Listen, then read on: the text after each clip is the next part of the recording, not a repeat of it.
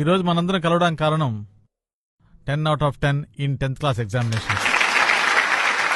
ఈ సిటీలో ఎప్పటికీ మనమే నెంబర్ 1 అని మళ్లీ నిరూపించాడు మన B V Anand. My dear students, మనిషి పుట్టుక పోటీతో మొదలవుతుంది.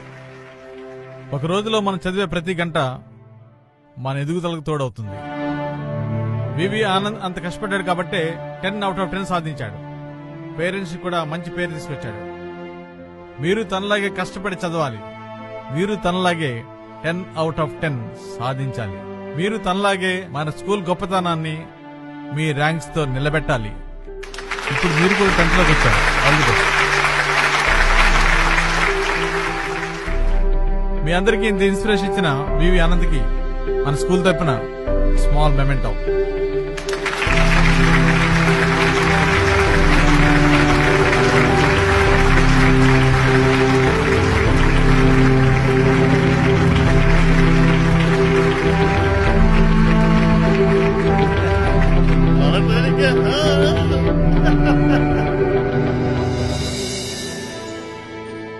సార్, నేను 2 minutes మాట్లాడొచ్చా? Yeah, sure, you can speak. మీలో మన జాతీయ గీతం ఎంతమందికి వచ్చు? ఆ జాతీయ గీతానికి అర్థం మీలో ఎంతమందికి తెలుసు?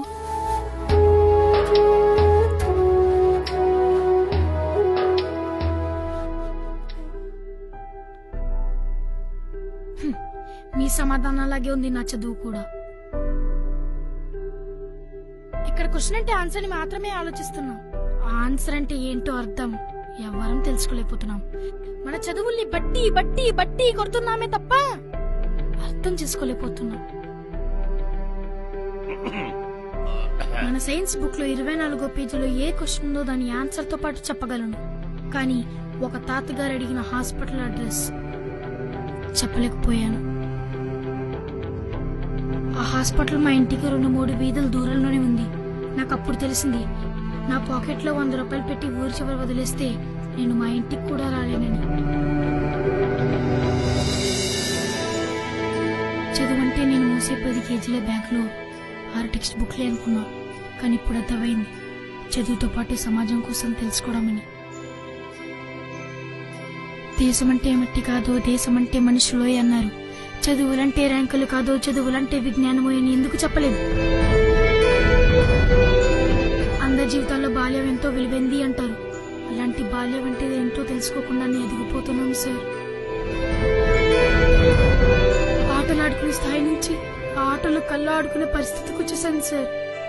రేపటి పిల్లలు అసలు ఆటలంటే ఏంటి అని అడిగినా ఆశ్చర్యపోక్కర్లేదు సార్.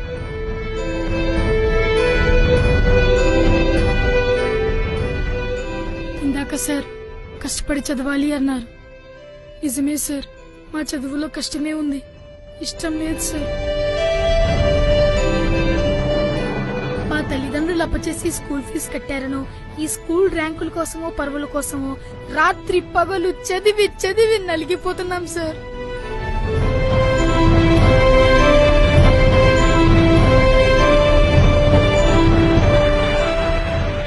ఇప్పుడున్న పెద్ద పెద్ద మేధావులంతా ఒకప్పుడు 8 గంటలకు స్కూల్కి వెళ్లి 4 గంటలకు ఇంటికి వచ్చిన వాళ్ళే సార్. కష్టపడి చదవాలి అనే కన్నా ఇష్టపడి చదవాలి అనే ఆలోచన మాలో కలిగించండి సార్.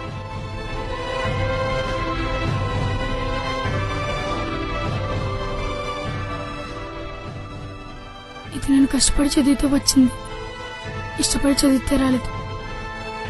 దీన్ని తీసుకోవడంలో అర్థం లేదు సార్. మీ పిల్లల్ని కష్టమనే మాటతో కాకుండా ఇష్టమనే మాటతో పెంచండి.